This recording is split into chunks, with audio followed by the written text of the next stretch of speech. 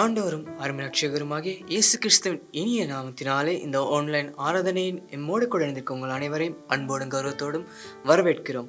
தேவனை ஆராதிப்பதும் அவரை நமஸ்கரிப்பதும் அவருடைய சன்னதியில் மிகவும் பிரியமான காரியமாக இருக்கிறது. அதனால் நாம் இருக்கிற இடத்திலே கண்களை மூடி கரங்களை உயர்த்தி நம்மை நாமே அர்ப்பணித்து ஜெபம் செய்வோமாக. சர்வ வல்லமையுள்ள பரமபிதாவே, இதோ இந்த காலை வேளையிலே முழு மனதோடு ஆண்டவரை உம்முடைய சன்னிதானத்தில் வருகிறோம். இது உம்மை ஆராதிப்பதும் உம்மை நமஸ்கரிப்பதும் உம்முடைய சன்னிதியில் ஏற்ற காரியமாக இருக்கிறது. உம்மை முழு உள்ளத்தோடும் முழு பலத்தோடும் முழு மனதோடும் ஆராதிப்பதற்கு நீர் தாமே கிருபை பாராட்டுவீராக. எல்லா பொல்லாத கற்பனைகளையும் உணர்வுகளையும் செயல்களையும் விட்டு அகற்றி போட்டு உம்முடைய தேவ பிரசன்னத்தினாலும் உம்முடைய தேவ மகிமையினாலும் உம்முடைய தேவ அபிஷேகத்தினாலும் இந்த கால வேளையானவரை நீர் தாமே நிரப்புவீராக. எல்லா காரியங்களையும் இந்த ஆராதனையும் வழிநடத்துகிறவர்களின் வார்த்தை கொண்டு வர முதற்கொண்டு ஆறு முதல் முடிவு வரைக்கும் நீர்தாமே எம்மோடு அசைவாடுவீராக. எல்லா காரியங்களையும் உடைய கருத்தில் ஒப்படைத்து ஜெபிக்கிறோம் ஜீவனோட நல்ல பிதாவே, ஆமென் ஆமென். நல்லது ஒரு ஆராதனை வேலைக்கு இப்போது நாம் பிரவேசிப்போமா.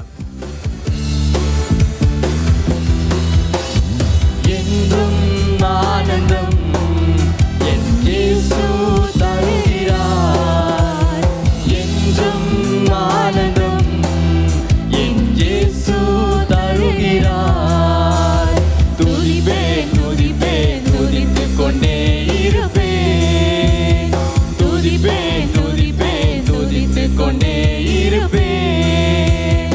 ஹல்லேலூயா ஆனந்தமே, ஹல்லேலூயா ஆனந்தமே, ஹல்லேலூயா ஆனந்தமே, ஹல்லேலூயா ஆனந்தமே.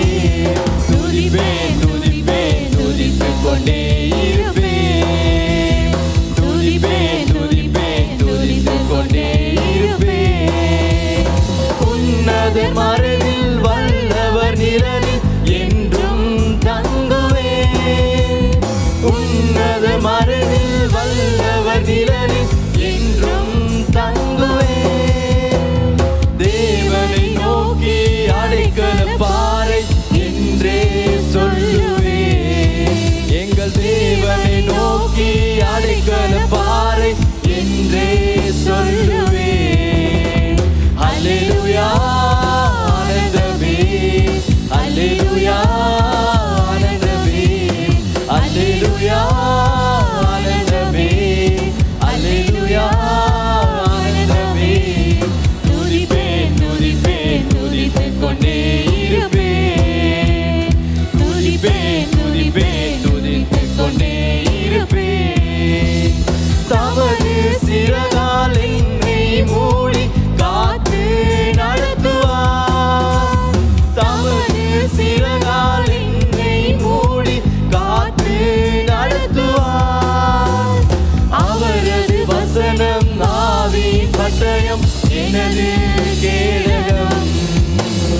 அவரது வசனம் ஆவியின் பட்டயம் எனது கேடகம். அல்லேலூயா ஆனந்தமே, அல்லேலூயா ஆனந்தமே, அல்லேலூயா ஆனந்தமே, அல்லேலூயா ஆனந்தமே. துதிப்பேன் துதிப்பேன் துதித்துக் கொண்டே இருப்பேன். துதிப்பேன் துதிப்பேன் துதித்துக் கொண்டே இருப்பேன். வழிகளில் எல்லாம் என்னை காக்க தூதர்கள் எனக்குண்டு. வழிகளில் எல்லாம் என்னை காக்க தூதர்கள் எனக்குண்டு. பாதம் கல்லில் மோதாமல் காத்து கரங்களில் ஏந்துவார். என் பாதம் கல்லில் மோதாமல் காத்து கரங்களில் ஏந்துவார். அல்லேலூயா ஆனந்தமே, அல்லேலூயா ஆனந்தமே, அல்லேலூயா ஆனந்தமே, அல்லேலூயா ஆனந்தமே. துதிப்பேன் துதிப்பேன் துதித்துக் கொண்டே இருப்பேன். துதிப்பேன் துதிப்பேன் துதித்துக் கொண்டே இருப்பேன். நீர் பரிசுத்தர் பரிசுத்தர் பரிசுத்தர் எங்கள் பரலோக ராஜாவே. இந்த வானம் பூமியுள்ளோர் யாவும் உந்தன் நாமத்தை உயர்த்தட்டும். சொல்லுங்க. நீர் பரிசுத்தர் பரிசுத்தர் பரிசுத்தர் எங்கள் பரலோக ராஜாவே. இந்த வானம் பூமியுள்ளோர் யாவும் உந்தன் நாமத்தை உயர்த்தட்டுமே. நீர் பரிசுத்தர் நீர் பரிசுத்தர் பரிசுத்தர் பரிசுத்தர் எங்கள் பரலோக ராஜாவே. இந்த வானம் பூமியுள்ளோர் யாவும் உந்தன் நாமத்தை உயர்த்தட்டுமே. முழு உள்ளத்தோடு ஆராதிப்பேன், முழு பலத்தோடு அன்பு கூறுவேன். ஆராதனை ஆராதனை ஆராதனை ஆராதனை ஆராதனை ஆராதனை ஆராதனை ஆராதனை அன்பு கூறுவேன், அன்பு கூறுவேன் இன்னும் அதிகமாய்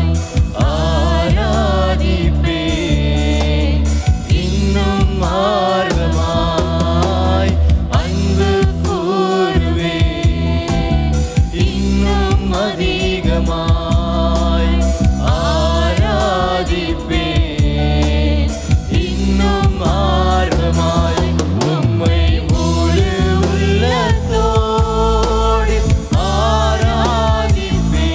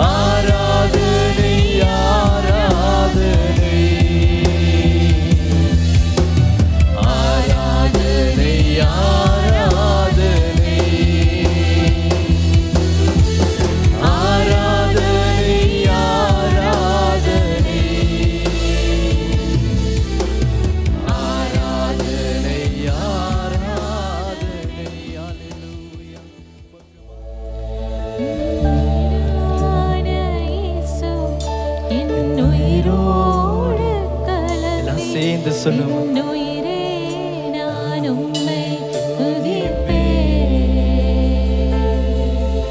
என்னுயிரே நான் உம்மை துதிப்பேன். என்னுயிரான இயேசு என்னுயிரோடு கலந்தி என்னுயிரே நான் உம்மை துதிப்பேன். என்னுயிரே நான் உம்மை துதிப்பேன். என்னுயிரான உயிரான உயிரான இயேசு என்னுயிரான உயிரான உயிரான இயேசு என்னுயிரான இயேசு என்னுயிரோடு கலந்தி என்னுயிரே நான் உம்மை துதிப்பேன். என்னுயிரே நான் உம்மை துதிப்பேன்.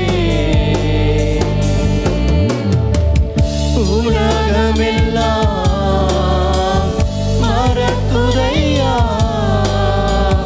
உணர்வு எல்லாம் இனிக்குதையா. உலகமெல்லாம் மறக்குதையா, உணர்வு எல்லாம் இனிக்குதையா. உம் நாமம் துதிக்கையிலே இயேசையா, உம் அன்பை ருசிக்கையிலே ராஜா. உம் நாமம் துதிக்கையிலே இயேசையா, உம் அன்பை ருசிக்கையிலே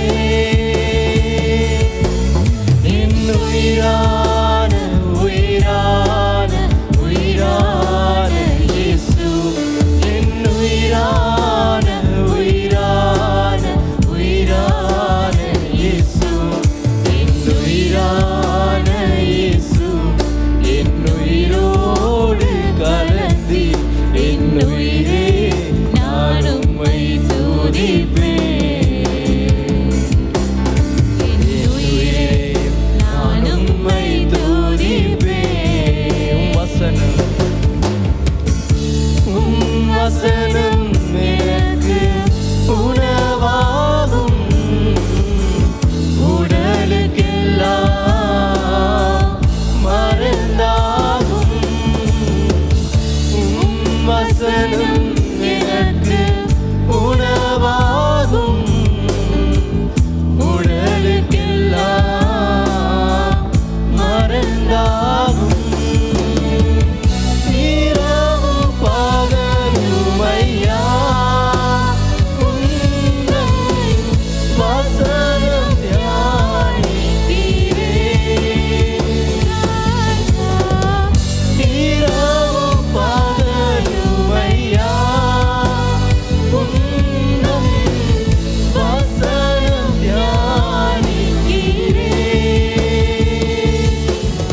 என்னுயிரான உயிரான உயிரான இயேசு என்னுயிரான உயிரான உயிரான இயேசு என்னுயிரான இயேசு என்னுயிரோடு கலந்தி என்னுயிரே நான் உம்மை துதிப்பேன்.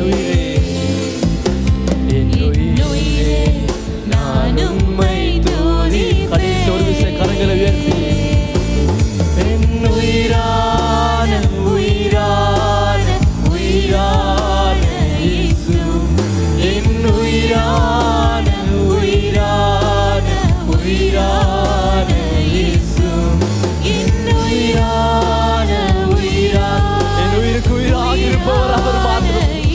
எங்களை பாதுகாக்கிற தேவன் அவர் மாத்திரம். என் உயிருக்கு மேலாக எங்களை நேசிக்கிறவர் அவர் மாத்திரமே. நாங்கள் எங்களை நேசிப்பதை ஹalleluya.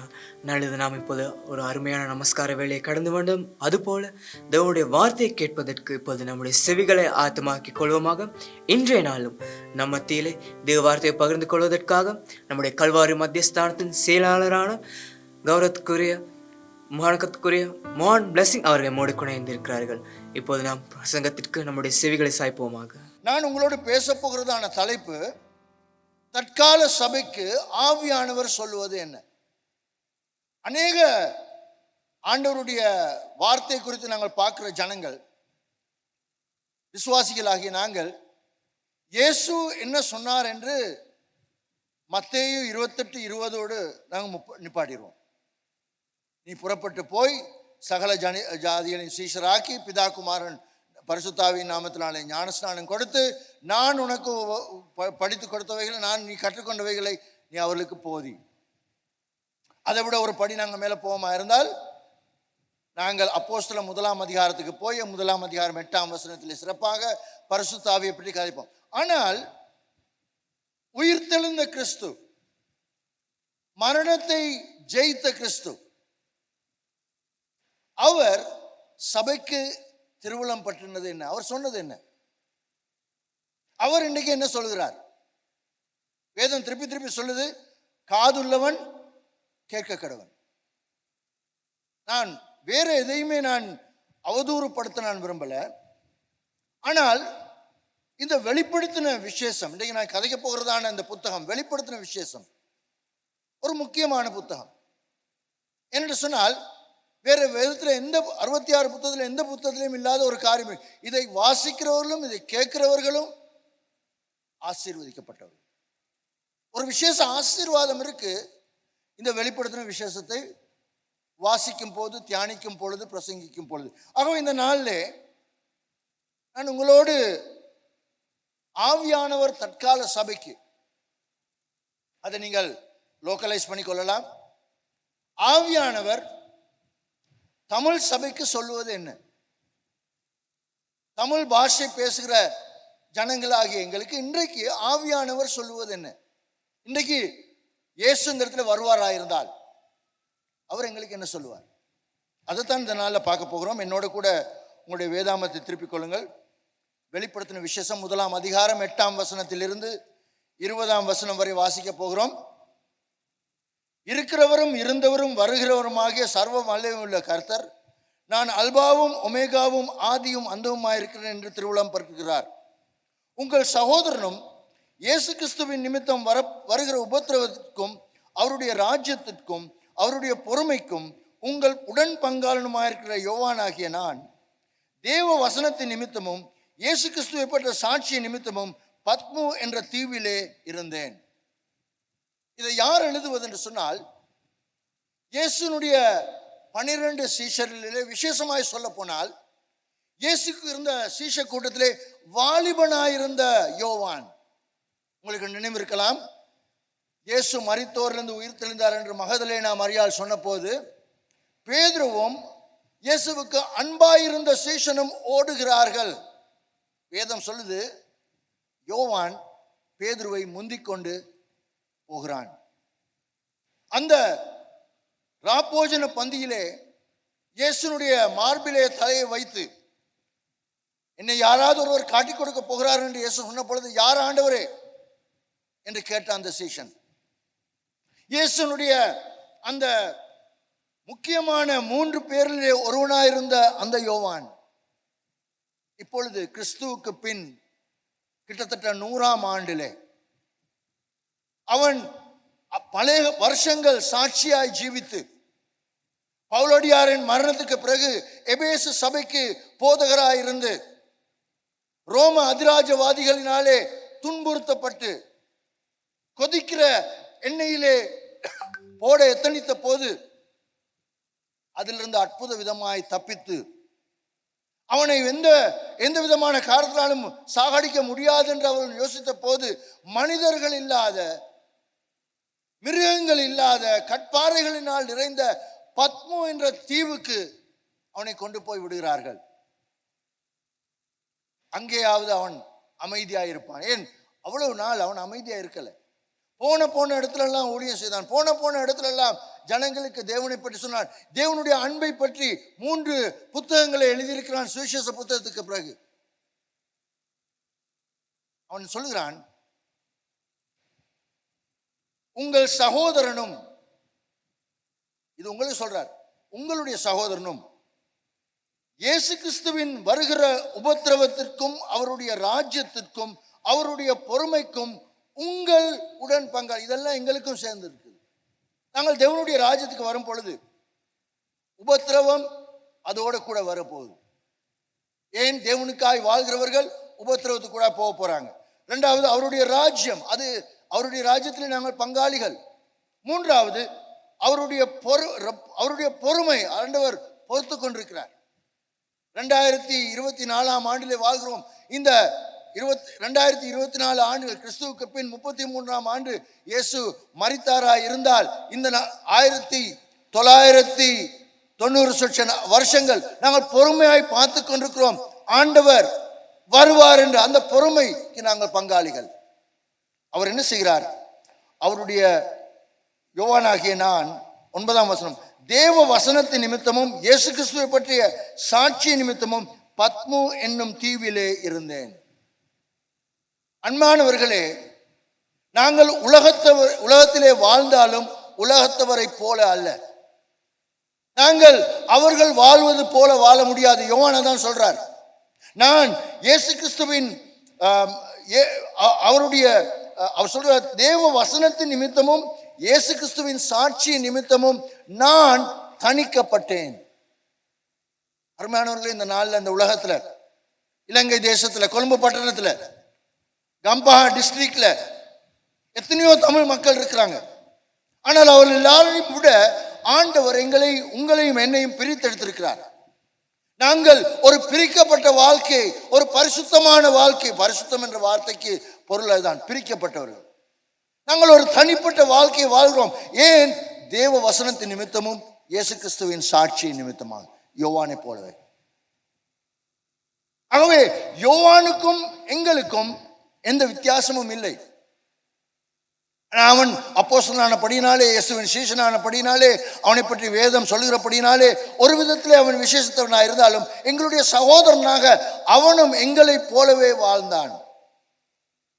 அவன் சொல்லல, நான் சாட்சியாக இருந்தபடினாலே, நான் போதகராக இருந்தபடினாலே, நான் அப்போஸ்தலனாக இருந்தபடினாலே, நான் பத்மு தீவில் இருந்து அவன் சொல்லுவது என்ன? தேவ வார்த்தையின் நிமித்தமாக. நான் ஏன் தனிமையாய் வாழ்கிறேன்? ஏன் கிறிஸ்தவர்களாகிய நாங்கள், தேவனுடைய பிள்ளைகளாகிய நாங்கள் ஒரு தனித்து வாழும் வாழ்க்கையை வாழ்கிறோம்? தேவ வார்த்தையின் நிமித்தமாகவும், 2வது சாட்சியின் நிமித்தமாக. நாங்கள் உலகத்தில் உள்ளவர்கள், ஆனால் உலகத்தில் உள்ளவர்களை போல இருப்பதில்லை. நாங்கள் சரியா அந்த கடல்ல இருக்கிற மீன் மாதிரி. கடல் தண்ணீர் உப்பு, மீன் எங்க வாழுது? இந்த உப்பு தண்ணீர்ல தான் வாழுது. ஆனாலும் நீங்க இங்க இருக்கிற அம்மாமாருக்கு தெரியும், நீங்க வீட்டுக்கு கொண்டு போய் மீன் சமைக்கிற நேரம், இது கடல்ல தானே இருக்கு, உப்பு தண்ணியில தானே இருக்குன்னு சொல்லி உப்பு போடாம சமைச்சிங்கன்னா யாரும் சாப்பிட மாட்டாங்க. அதுக்கு உப்பு போடுங்க. அந்த உப்பு கடல்ல இருக்குது, அந்த உப்பு மீனுக்குள்ள இறங்கல. பாவம், மாம்சம், பிசாசின் காரியங்கள் உலகத்தில் இருக்கு. ஆனால் இயேசு கிறிஸ்துவின் வார்த்தை நிமித்தமாக, அவருடைய சாட்சியின் நிமித்தமாக அவை எங்களுக்குள்ளே காணப்படுவதில்லை. நாங்கள் தேவனுக்காய் பிரித்தெடுக்கப்பட்ட ஜனங்கள். எத்தனை பேர் ஆமென் சொல்றீங்க? ஹல்லேலூயா. 2வதாக அவர் சொல்றார் 10ஆம் வசனத்திலே, கர்த்தருடைய நாளில் நான் ஆவிக்குள்ளானேன். இது என்னுடைய பின்னணி, நான் இன்னும் செய்திக்கு வரல, இப்பதான் பில் பண்ணி கொண்டு வர்றேன், கொஞ்சம் பொறுமையா இருங்க. அவர் சொல்றார், கர்த்தருடைய நாளில் எங்க எப்படி இருந்தாராம்? ஆவிக்குள்ளாக இருந்தார். கர்த்தருடைய நாளிலே நாங்கள் ஆலயத்துக்கு வருகிறோம். ஆமென். ஆனால் கர்த்தருடைய நாளிலே நாங்கள் எத்தனை பேர் ஆவிக்குள்ளாக கர்த்தருடைய ஆலயத்துக்கு வருகிறோம்? நான் கேட்டிருக்கிறேன், சிலர் சொல்லுவாங்க, ஐயோ இன்னைக்கு நான் சர்வீஸ் சரியில்லை, அவர் படித்த பாட்டு சரியில்லை, அந்த நமஸ்காரம் சரியில்லை, பிரசங்கமும் சும்மா வெதுப்பாக இருந்துச்சு, கொஞ்சம் சுடுதண்ணி குடித்த மாதிரி இருந்துச்சு, அவ்வளவு இல்லை, முக்கியம் இல்லை, ரசனை இல்லை. இதெல்லாம் சொல்கிறவங்க யாருன்னு சொன்னால், கர்த்தருடைய நாளிலே கர்த்தருடைய சபைக்கு வந்திருந்தாலும் ஆவிக்குள்ளே இல்லாதவர்கள். யோவானை பாருங்க, யோவானுக்கு சபை இல்லை, கதைக்கிறதுக்கு ஒரு மனுஷன் இல்லை, எப்பொழுது இதை விட்டு ஆண்டவர் என்னை கொண்டு போவார், என்னை தப்புவேனா அல்லது இங்கே தான் செத்து போக போகிறேனா என்ற கேள்விகள் அவளுடைய மனதிலே இருந்திருக்கலாம். அவருக்கு நாள் மறந்திருக்கலாம். ஏன், அவரிடத்துல ஒரு டைரியோ கேலண்டரோ அவரிடத்துல இல்லை. ஆனால் தான் கொண்டு போகப்பட்ட நாளில் இருந்து அவர் நாட்களை எழுதுகிறார். நான் கடைசியாக இந்த சபையில இருந்த பொழுதுதான் கைப்பற்றப்பட்டேன். இத்தனை வருடங்கள் என்னை சிறையிலே வைத்திருந்தார்கள். ஒவ்வொரு நாளும் அவர் எண்ணினார். அதே போல அவர் சொல்லுகிறார் இந்த வெளிப்படுத்தின விசேஷத்திலே, நான் கர்த்தருடைய நாளிலே, எனக்கு சபை இல்லை, எனக்கு பிரசங்கம் பண்றதுக்கு ஜனங்கள் இல்லை, பாட்டு படிக்கிறதுக்கு ஒருத்தரும் இல்லை, பண்ண வேண்டிய அவசியமும் இல்லை, எனக்கு நான் மாத்திரமே இருக்கிறேன், என்னுடைய பாஷையை தெரிகிற ஒருவருமே இந்த பத்மு தீவில் இல்லை. ஆனாலும் கர்த்தருடைய நாளிலே நான் ஆவியில் இருந்தேன். இந்த வெளிப்படுத்தின விசேஷம் எங்களுக்கு ஒரு நம்பிக்கையை கொண்டு வருகிற புத்தகம். இதுதான் வேற எல்லா மதத்தையும் விட எங்களை விசேஷித்தவர்களாய் மாற்றுகிறது. ஏன், உலகத்தின் முடிவையும் எங்களுடைய நம்பிக்கையின் முடிவை குறித்து சொல்லுகிற ஒரே புத்தகம் வெளிப்படுத்தின விசேஷம். யோசிச்சு பாருங்க, யோவான் கர்த்தருடைய நாளிலே ஆவியிலே இருந்திருக்காவிட்டால், ஆனால் எனக்கு இருக்கிற பெரிய பிரச்சனை தான், இன்றைக்கு அநேக கிறிஸ்தவர்கள் சபைக்கு வர்றாங்க, ஆனா சபைக்கு வரும் பொழுது ஆவியில வர்றதில்லை. ஆவிக்கூடாய் வருவார்களா இருந்தால் அவர்கள் ஆண்டவருடைய வெளிப்படுத்தலை, ஆண்டவருடைய தரிசனத்தை, ஆண்டவருடைய தனிப்பட்ட செய்தியை அன்று யோவான் பெற்றது போல அவர்களும் பெற்றுக்கொள்வார்கள். எத்தனை பேர் ஆமேன் சொல்றீங்க? ஆமேன். உங்களுக்கு தெரியுமா, நான் இப்பொழுது ஏறத்தாழ 42 வருஷங்கள் ஊழியத்தில் இருந்திருக்கிறேன். என்னுடைய வாழ்க்கையிலே அநேகமான பிரசங்கங்கள், அநேகமான செய்திகள், அநேகமான படிப்பினைகள், நான் உண்மையா சொல்றேன், எனக்கு ஆண்டவர் சொன்னது அல்லது ஆண்டவர் பேசினது நான் சபை ஆராதனையில் உட்கார்ந்து இருக்கிற நேரம். சில நேரம் போதகர் வேற ஏதோ ஒரு காரியத்தை பேசுவார், அந்த வசனத்தில் இருந்து அவர் போதிக்காத ஒரு வெளிப்பாட்டை, அவர் சொல்லாத ஒரு காரியத்தை தேவன் என்னோட பேசுவார். ஏன், கர்த்தருடைய கிருபையினாலே தேவ சமூகத்தில் இருக்கும் பொழுது, சின்ன வயதிலிருந்து எங்களுடைய பழக்கம், நாங்கள் சபைக்கு வரும் பொழுது ஆவியிலே வருவோம், தேவனுடைய ஆவியோடு வருவோம். தேவனுடைய ஆவி எங்களை சுமந்து கொண்டு வருகிறபடினாலே நாங்கள் வருவோம். ஆண்டவர் என்னோடு பேசுவார் என்று நாங்கள் எதிர்பார்க்கிறோம். இந்த ரெண்டும் முக்கியமானது. இந்த ரெண்டும் யோவானுடைய வாழ்க்கையில் இல்லாட்டி இன்னைக்கு எங்களுக்கு வெளிப்படுத்தின விசேஷம் இல்லை. முதலாவது, ஆண்டவருடைய வார்த்தைக்காக, கிறிஸ்துவின் சாட்சிக்காக நாங்கள் தனிப்பட வேண்டும். இரண்டாவதாக, ஆண்டவருடைய நாளிலே, ஆண்டவருடைய நாள் கிழமையிலே 6வது நாள் அல்ல, ஆண்டவருடைய நாள் கிழமையிலே 7வது நாள் அல்ல, ஆண்டவருடைய நாள் அவர் உயிர் தெழுந்த நாள், வாரத்தின் முதலாம் நாள். நான் தேவனுடைய சமூகத்துக்கு போகும் பொழுது எனக்கு எத்தனை பிரச்சனைகள் இருந்தாலும், தொழில் போய் செய்யும் இடத்துல எத்தனை தேவைகள் இருந்தாலும், எத்தனை சவால்கள் எனக்கு இருந்தாலும், நான் தேவனுடைய சமூகத்துக்கு போகும் பொழுது எதை கொண்டு போகாவிட்டாலும் ஒரு காரியத்தை நான் கொண்டு போக வேண்டும். என்னத்தை கொண்டு போக வேண்டும்? நான் ஆவியோடு அந்த இடத்துல போக வேண்டும். எத்தனை பேர் சொல்றீங்க ஆமென் என்று சொல்லி? அப்பொழுதுதான் ஆண்டவர் பேசுறது எங்களுக்கு கேட்கும்.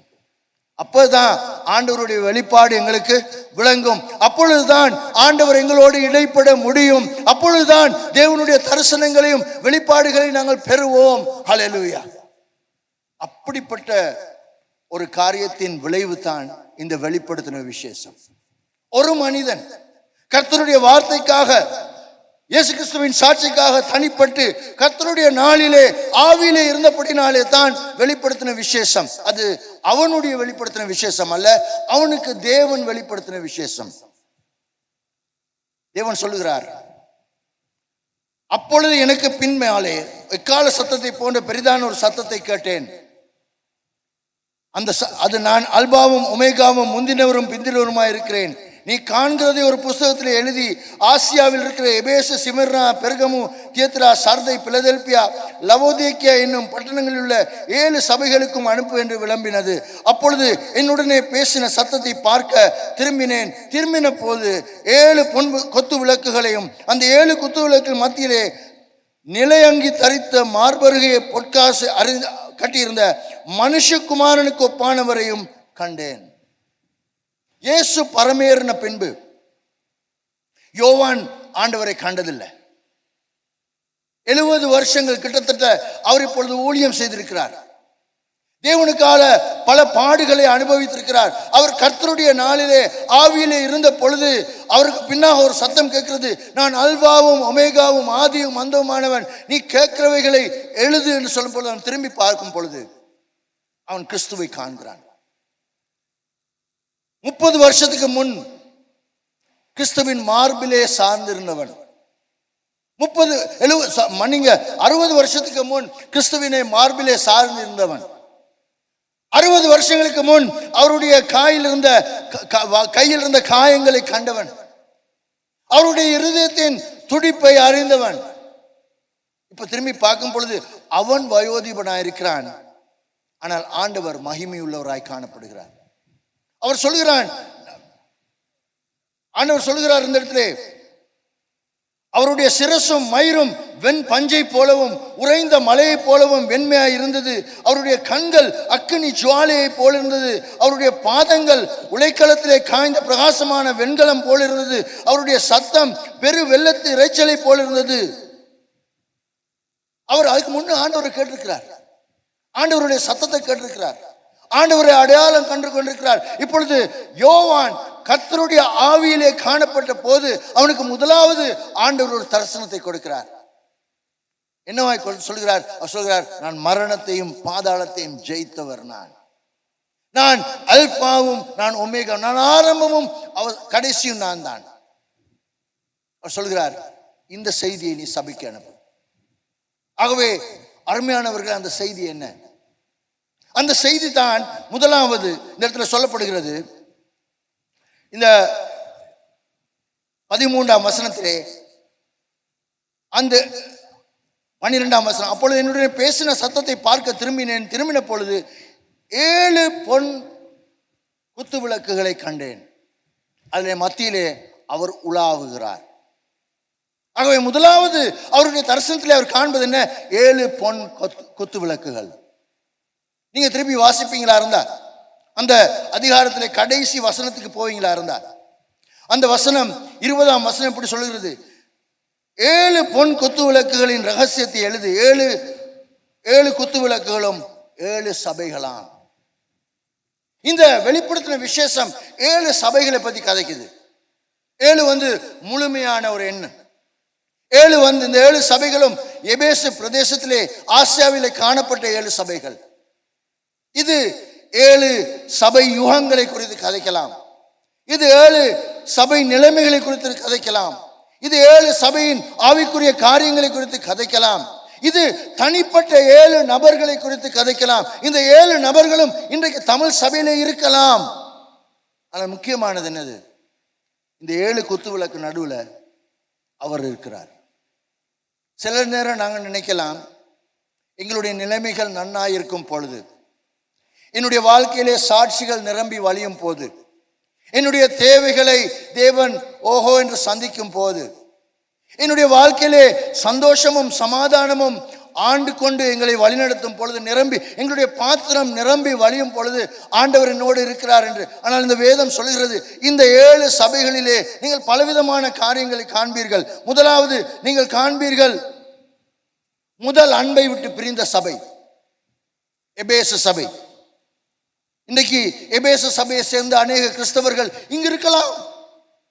நீங்கள் ஒரு காலத்தில் ஆண்டவருக்காய் அக்கினியாய் இருந்தீங்க, ஆண்டவருக்காய் பக்தி வைராக்கியமாக இருந்தீங்க, ஆண்டவருக்காய் உற்சாகமாய் காரியங்களை செய்தீங்க. ஏதோ எப்பொழுதோ எங்கோ நடந்தது. அதன் நிமித்தமாய் உங்களுடைய முதல் அன்பை இழந்து, ஐயோ நான் ஞாயிற்றுக்கிழமை ஆராதனைக்கு போய் என்னுடைய ஆசனத்தை மற்றும் சூடாக்கி விட்டு வருகிறேன் என்று கடமைக்காக உங்களுடைய மனசாட்சி உங்களுக்கு உறுத்துவதனாலே சபையிலே காலையிலே உட்கார்ந்திருக்கலாம். அப்படியானால் உங்களை சொல்ல விரும்புகிறேன், ஆண்டவர் உங்கள் மத்தியிலே இருக்கிறார். அல்லேலூயா. இரண்டாவதாக அவர் ஏழ்மை கூடாக, தரித்திரத்து கூடாக, துன்பத்து கூடாய் போன சிமர்னா சபையோடு கதைக்கிறார். சிமர்னா சபை பாடுகளை அனுபவித்த சபை. சிமர்னா சபை ஏழ்மையான ஒரு சபை. இந்த நாள்ல அந்த படிப்பட்டவங்க இங்க இருக்கலாம். சில நேரம் உங்க குடும்பத்துல நீங்க இன்றைக்கு துன்புறுத்தலுக்கு முகம் கொடுக்கிறவரா இருக்கலாம். நீங்க மாத்திரம்தான் ஆண்டவரை பின்பற்றுறீங்க, இல்லாட்டி நீங்க மாத்திரம்தான் இந்த சபைக்கு வருகிறீங்க. அதனால சில நேரம் கேலி சொல்லலாம் உங்களுடைய உற்றார் உறவினர். இந்த பாருங்க, ஞாயிற்றுக்கிழமை காலை வந்ததும் ஒண்ணுமே நடக்காதது போல பைபிளையும் தூக்கிட்டு போறான் பாருங்க கோயிலுக்கு. சில நேரம் நீங்கள் மற்றவர்களோடு சேர்ந்து அவள் செய்கிறதான கூத்துகளிலே அவளோடு கலந்து கொள்ளாதபடினாலே, நீங்கள் தேவ வசனத்தின் நிமித்தம் கிறிஸ்துவின் சாட்சி நிமித்தம் தனிப்பட்ட வாழ்க்கை நடத்துவதனாலே துன்புறுத்தலுக்குள்ளாகலாம். உங்களுடைய சபையிலே, உங்களுடைய நீங்கள் தொழில் புரியும் ஸ்தானத்திலே நீங்கள் கிறிஸ்தவர்கள் என்று அலைந்தபடினாலே சில நேரம் உங்களை கண்டதும் அல்லேலூயா என்று சொல்லலாம். நல்ல அல்லேலூயா இல்ல, கேலிக்கான அல்லேலூயா. சில நேரம் உங்களை பார்த்து சொல்லலாம், இதோ தீர்க்கதரிசி வந்திருக்கிறார் என்று சொல்லலாம். பலவிதமான துன்புறுத்தலுக்கூடாக, கேலிக்கூடாக, விமர்சனத்துக்கூடாக, ஏழ்மை கூடாக நீங்க ஜெபிக்கிறீங்க. உங்க ஜெபத்துக்கு பதில் இல்லை. இன்னும் அதே தொழில் தான், இன்னும் அதே வீடு தான், அதே வசதிகள் தான், அதே பாடுகள் தான், அதே கஷ்டங்கள் தான். ஆண்டவர் என்ன சொல்றாரு இன்னைக்கு உங்களுக்கு? உங்கள் மத்தியிலே நான் இருக்கிறேன். ஸ்மர்னா சபையின் மத்தியிலே அந்த குத்து விளக்கின் நடுவில் இருந்த தேவன் உன்னோடு இருக்கிறார். ஹல்லேலூயா. நீ அந்த மாதிரி உணராமல் இருக்கலாம். நீ யோசிக்கலாம், ஆண்டவர் என்னோட இல்ல. ஆண்டவர் சொல்ற, நான் உன்னோடு கூட இருக்கிறேன். அது மாத்திரமல்ல, அங்கிருந்து அவர் புறப்பட்டு போகிறார். எங்க போகிறார்? அடுத்ததாக பெர்கமு சபைக்கு போறார். பெர்கமு சபையின் குத்துவிளக்கிலே அவர் நிற்கிறார். அந்த பெர்கமு சபை என்ன தன்னுடைய விசுவாசத்தை இழந்து கொண்டு போன சபை, தன்னுடைய விசுவாசத்தை மாற்றிக்கொண்டு போகிற சபை, உலகத்தோடு கலந்து கொண்டு போகிற சபை. அப்படிப்பட்டவங்க இன்னைக்கு இருக்கலாம் சபையில. முன்பு ரொம்ப பக்தி வைராக்கியமாய் நன்றாய் இருந்தீங்க, ஆனால் இப்பொழுது உங்களுடைய நிலைமைகளின் நிமித்தமாக இன்னைக்கு உங்களுடைய விசுவாசத்தை நீங்க கலந்து கொண்டு போறீங்க. ஒரு காலத்துல யோசிச்சீங்க, இல்ல நான் திருமணம் முடிக்கிறதா இருந்தா இப்படிப்பட்டவர் தான் திருமணம் முடிக்கணும், இப்படித்தான் சொல்லி இப்ப உங்களுக்கு வயசு போய்கொண்டு போகுது, 30 தாண்டி கொண்டு போகுது, 32 வந்துருச்சு. எல்லாரும் கேட்கிறாங்க, கல்யாணம் ஆகலையான்னு சொல்லி உங்களுக்கு தெரிஞ்ச உங்களோட தொழில் புரிகிற வேறொரு மதத்தை சேர்ந்த ஒருவர் உங்களை விருப்பப்படுத்தார். அப்ப நீங்க ஆண்டவரத்துல கேட்குறீங்க, ஆண்டவரே நான் இவரை திருமணம் முடிச்சா நரகத்துக்கு போக போறேன்னு. ஆண்டவர் நிச்சயமா இல்லைன்னு சொல்ல மாட்டாரு, ஆம்னு சொல்ல மாட்டாரு. ஆகவே நீங்க உங்களுடைய விசுவாசத்தை கொஞ்சம் கலக்குறீங்க. முந்தி நீங்க ஒண்ணுமே மதுன்ற காரியத்துக்கிட்ட போகவே மாட்டீங்க. இப்ப உங்களுக்கு உயர்ந்த பதவி கிடைச்சிருக்கு, அதனால நீங்க ஆபீஸ் பார்ட்டிக்கு போனதும் அவங்க ஒரு கடும் மஞ்சள் நிறப்புல ஒரு பானத்தை போட்டு கொடுக்குறாங்க, கொஞ்சமா போட்டு கொடுக்குறாங்க, இதை கொஞ்சம் குடிங்கன்னு சொல்லி எல்லாரும் குடிக்கிறாங்க. ஆண்டவரே நான் இதை குடிச்சால் நரகத்துக்கு போமா? ஆண்டவர் அந்த இடத்துல பதில் சொல்ல மாட்டாரு. நீங்களே உங்களுக்கு சொல்லிக் கொள்ளுறீங்க, ஒரு குடிப்பு குடிச்சா என்ன, நான் இப்ப நரகத்துக்கு போக மாட்டேன்னு குடிக்கிறீங்க. அதுதான் பெர்கமு சபை. ஆண்டவர் உங்களை காண்கிறார், ஆண்டவர் உங்கள் நடுவில் நிற்கிறார். தாவீது தன்னுடைய சங்கீதத்தில் சொல்கிறான், நான் உம்முடைய பிரசன்னத்தை விட்டு எங்கே ஓடலாம்? நீர் என்னை காண்கிறீர். தேவன் பெர்கமு சபையை அங்கீகரிக்கல, ஸ்மர்னா சபையை அங்கீகரிக்கல, எபேசு சபையை அங்கீகரிக்கல. அவளுடைய குறைகளை சொன்னார், நீ மனம் திரும்ப என்று சொன்னார். நீ மனம் திரும்பாவிட்டால் உன்னுடைய குத்து விளக்கை உன்னை விட்டு அகற்றுவேன் என்று சொல்லி கூட எபேசுக்கு சொன்னார். ஆனாலும் அப்படிப்பட்ட கிறிஸ்தவர்கள் சபையில இருக்கிறாங்க. ஆவியானவர் என்ன சொல்றார்? உன் கிரியைகளை நான் காண்கிறேன். அதோடு நிக்கல, அடுத்ததாக தியத்தீரா சபைக்கு போகிறார். தியத்தீரா சபை என்கிற குத்துவிளக்கு நடுவில் இருக்கிறார். இந்த சபை என்ன? கள்ள தீர்க்கதரிசிகளை ஏற்றுக்கொண்ட சபை. இன்றைக்கு சகஜம், அது இன்றைக்கு சகஜம். இன்றைக்கு பலவிதமான கள்ள போதனைகள், அற்புதங்கள், அதிசயங்கள், சுகங்கள், அடையாளங்களின் நிமித்தமாய் படிப்பினைகளை உள்ளே வைத்துக் கொண்டு வெளியிலே அந்த அடையாளங்களை காட்டி ஜனங்களை மோசம் போக்குற அநேக காரியங்கள் இருக்கிறார்கள். அவர்கள் இங்கே வருவதற்கு முன்பு தியத்தீரா சபையிலே காணப்பட்டார்கள்.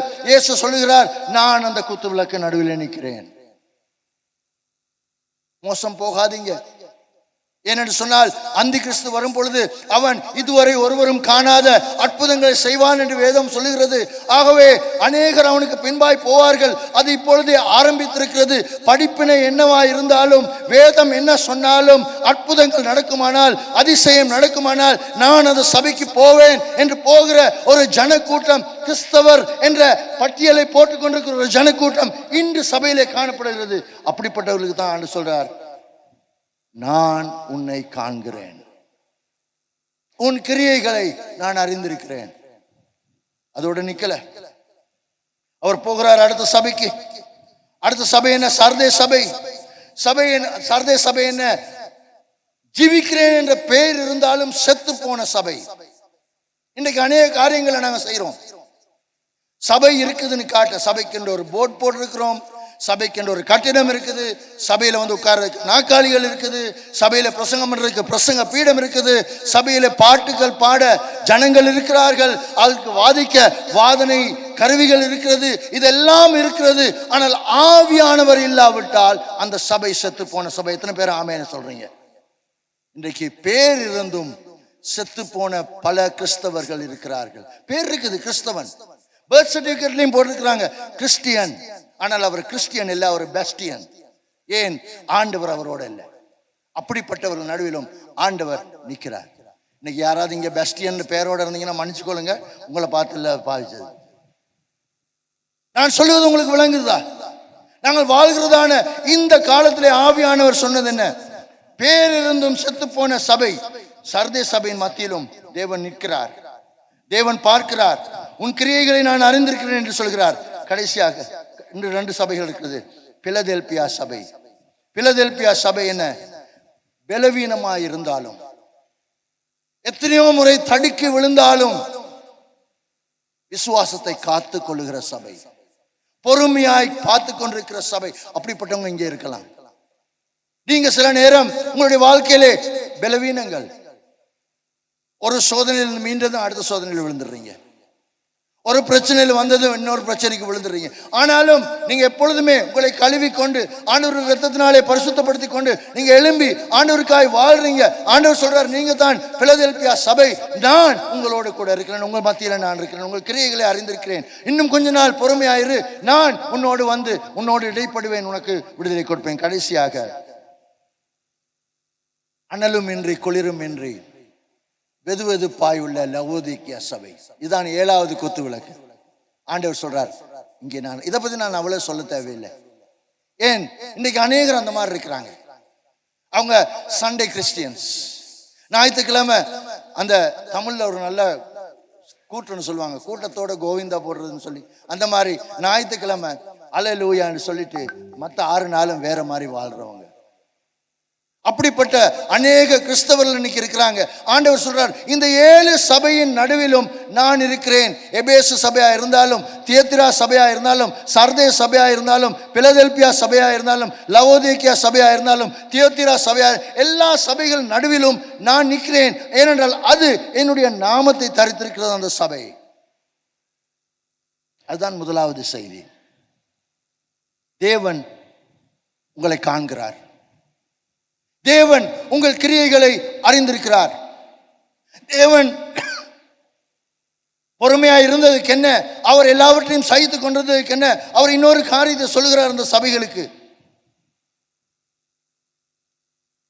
நான் உன்னுடைய நிலைமையை அறிந்திருக்கிறேன். 3வதாக உன்னுடைய கிரியைகளை நான் அறிந்திருக்கிறேன்.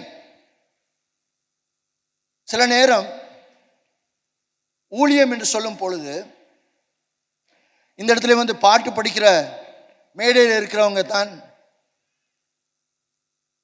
ஊழியக்காரங்க நாங்கள் நினைக்கலாம். அல்லது அந்த சோப்பு டை அடித்து கிரீம் கலர் ஷர்ட் போட்டு கருப்பு கால் சட்டை போட்டு ஒவ்வொரு நாளும் காணிக்க பைய பிடிக்கிறவங்க, அந்த அழகான மஞ்சள் நிற சாரியை உடுத்தி வந்து உதவியாளர்களாக இருக்க அவங்க தான் ஊழியம் செய்றீங்கன்னு நினைக்கலாம். ஆனால் சொல்ல விரும்புகிறேன், சார்ல்ஸ் ஸ்பர்ஜன் என்கிற தேவனுடைய மனுஷன், அவர் ஜெபித்தார், ஆண்டவரே என்னுடைய ஊழியத்தின் ரகசியத்தை காட்டும் என்று. ஆண்டவர் காட்டினார். ஒரு விதவை அம்மா ஒவ்வொரு நாளும் காலையில் 4 மணிக்கு எழும்பி ஸ்பர்ஜனுக்காகவும் அவருடைய ஊழியத்துக்காகவும் ஜபிச்சாங்க. சொன்னார், அதுதான் உன்னுடைய ஊழியத்தின் ரகசியம். இங்கே அநேகர் அந்த மாதிரி இருப்பீங்க. உங்களுடைய ஊழியம் வெளிப்படையாக தெரியாது. நீங்கள் எவ்வளோ காணிக்க போடுறீங்கன்னு கூட எல்லாருக்கும் தெரியாது. எவ்வளோ தசம்பாங்க கொடுக்குறீங்கன்னு கூட தெரியாது. நீங்கள் பண்ணுற ஜெபம் ஒருவரும் கேட்டதில்லை. நீங்கள் பிரசித்தமாக ஒரு நாளும் ஜெபித்ததில்லை. ஆண்டவர் சொல்லுகிறார், உன் கிரியைகளை நான் அறிந்திருக்கிறேன். ஹல்லேலூயா. ஆண்டவர் அறிஞ்சிருக்கிறார் உங்கள் ஊழியம். ஆண்டவர் அறிஞ்சிருக்கிறார் உங்கள் ஊழியம். ஆண்டவர் அறிஞ்சிருக்கிறார் உங்களுடைய பொறுமை. ஆண்டவர் அறிஞ்சிருக்கிறார் உங்களுடைய காரியங்கள். கடைசி அவர் சொல்றார், நீ உன் நிலைமைகளை மேற்கொண்டு எனக்காய் வாழ வேண்டும் என்று விரும்புகிறேன். அவர் சொல்லுகிறார். இங்க இந்த 7 கடிதத்தையும் பாருங்க. இந்த 7 கடிதத்திலையும் அவர் சொல்கிறார், மேற்கொள்ளுகிறவன் எவனோ, ஜெயம் கொள்ளுகிறவன் எவனோ. ஆண்டவர் சொல்லல நீ அப்படித்தானே இருக்கிற, பரவாயில்ல, நான் உன்னை பரலோகத்துக்கு எடுத்துக்கொள்றேன்னு சொல்லல. ஆண்டவர் சொல்றார், இதான் உன்னுடைய பிள்ளை. நீ முதல் அன்பை விட்டு போயிட்ட. நீ உயிரோடு இருக்கிறான் என்று பேர் இருந்தாலும் உனக்கு பேர் இல்லை. நீ கள்ள போதகர்களுக்கு பின்பாய் போகிறாய். நீ அனலுமின்றி குளிருமின்றி வாழ்கிறாய். நீ துன்புறுத்தல் கூடாய் போகிறாய். நீ பொறுமையோடு இருந்து இவற்றை நீ ஜெயம் கொண்டால் நான் உனக்கு என்னுடைய பலனை கொண்டு வருகிறேன். வெளிப்படுத்தின விசேஷம் 22ஆம் அதிகாரம் 12ஆம் வசனம் இப்படி சொல்கிறது, இதோ சீக்கிரமாய் வருகிறேன், அவனவனுடைய கிரியைகளின்படி அவனவனுக்கு நான் அளிக்கும் பலன் என்னோட கூட வருகிறது. அருமையான தேவனுடைய பிள்ளையே, ஆவியானவர் இன்றைய சபைக்கு உங்களுக்கு என்ன சொல்லுகிறார்? முதலாவது, நான் உங்கள் மத்தியிலே இருக்கிறேன். இரண்டாவது, உங்களுடைய நிலைமைகளை நான் அறிந்திருக்கிறேன். மூன்றாவது, உங்கள் கிரியைகளை நான் அறிந்திருக்கிறேன். நாலாவது, நீங்கள் ஜெயிக்க வேண்டும் என்று உங்களுடைய நிலைமைகள் என்னவா இருந்தாலும் நீங்கள் ஜெயித்து எனக்காய் வாழ வேண்டும் என்று விரும்புகிறேன். ஐந்தாவது, நான் உங்களுக்கு பலன் வைத்திருக்கிறேன். அந்த பலனை நான் கொண்டு வரப்போகிறேன் சீக்கிரமாக. ஆகவே இறுதி வரை பொறுமையோடு காத்திருக்கிறவன் ஜெயிப்பான். அதுதான் தேவனுடைய செய்தி. இந்த நாளில் நான் உங்களிடத்துல கேட்க விரும்புகிறேன், நீங்கள் எந்த சபையை சேர்ந்தவங்களும் எனக்கு தெரியாது. இங்கெல்லாம் கல்வரி சர்ச்சில் தான் உட்கார்ந்துருக்கிறீங்க. ஆனால் நீங்கள் எந்த சபையை சேர்ந்த எப்படிப்பட்ட கிறிஸ்தவனோ என்று நிர்ணயிப்பது நான் அல்ல, அது ஆண்டவர். முதல் அன்பை விட்டு போனவரோ, ஜீவிக்கிறேன் என்று பெயர் இருந்தும் செத்து போன ஆவிக்குரிய வாழ்க்கையை வாழ்கிறவரோ, விசுவாசத்தை கலந்து கொண்டு பாதி உலகத்தோடும் பாதி ஆவிக்குரிய வாழ்க்கைகளோடு வாழ்கிறவரோ, அனலும் இன்றாமல் குளிரும் இல்லாமல் வெதுவெதுப்பாய் வாழ்கிறவரோ, துன்புறுத்தலுக்கூடாய் போகிறவரோ, நீங்கள் யாருன்னு எனக்கு தெரியாது. ஆனால் ஆண்டவருடைய வார்த்தையின்படி இந்த நாளில் உங்களுக்கு சொல்லுகிற காரியம், ஆண்டவர் வரும் நாட்கள் மிகவும் சீக்கிரமாயிருக்கிறது. அவர் பிதாவின் வலது பார்சத்திலிருந்து இறங்கி தன்னுடைய சபையை மீட்டுக்கொள்ள வரும் நாட்கள் மிகவும் சீக்கிரமாயிருக்கிறது. ஆகவே மனம் திரும்புங்கள். வெளிப்படுத்தின விசேஷம் 3ஆம் அதிகாரம் 20ஆம் வசனத்திலே நாங்கள் வாசிப்பது போல, அவர் இதோ இந்த நாளிலே இந்த 2024ஆம் ஆண்டு ஏப்ரல் 14ஆம் தேதியிலே உங்கள் வாசற்படி நின்று தட்டுகிறார். சபை விளையாடாதீங்க. உங்களுடைய ஆவிக்குரிய வாழ்க்கையோட விளையாடாதீங்க. நீங்க ஆண்டவரை பொறுமையா இருக்கிறார்னு சொல்லி அவருடைய பொறுமையோடு விளையாடாதீங்க. ஏன்? இதை சொல்கிறவர் அல்பாவும் ஒமேகாவும், ஆதியும் அந்தமும், சகலமும் அறிந்தவரும், மரணத்துக்கும் பாதாளத்துக்கும் திறவுகோலை உடையவருமாகிய சர்வ வல்லமை உள்ள தேவன். நாங்கள் சபையில கூடும் பொழுது அவருடைய நாமத்தில் கூடுறோம். நாங்கள் எதிர்பார்ப்போடு இருப்போமா இருந்தால் அவருடைய எதிர்பார்ப்போடு இருக்கிறோம். ஆகவே அருமையான தேவனுடைய ஜனமே, எங்களுடைய வாழ்க்கைகளை சரி செய்து கொள்வோம். மற்றவங்களை பற்றி குறை சொல்றதுக்கு நேரம் இல்லை. மற்றவங்களுடைய பிழைகள் தெரிந்தாலும் அவனவன் தன் காரியத்துக்கு தேவனுக்கு முன்பாய் நிற்பான். நீங்கள் உங்களுடைய வாழ்க்கையை சரி செய்து கொள்ளுங்க. ஏன்? ஆண்டவர் வெளிப்படுத்தின விசேஷத்தை எழுதி அனுப்புனதுக்கு காரணம் இதுதான். மரணத்தோடு வாழ்க்க முடியாது, நியாய தீர்ப்பு ஒன்று உண்டு. அந்த நியாய தீர்ப்புக்கு நாங்கள் ஆயத்தமாகணும்.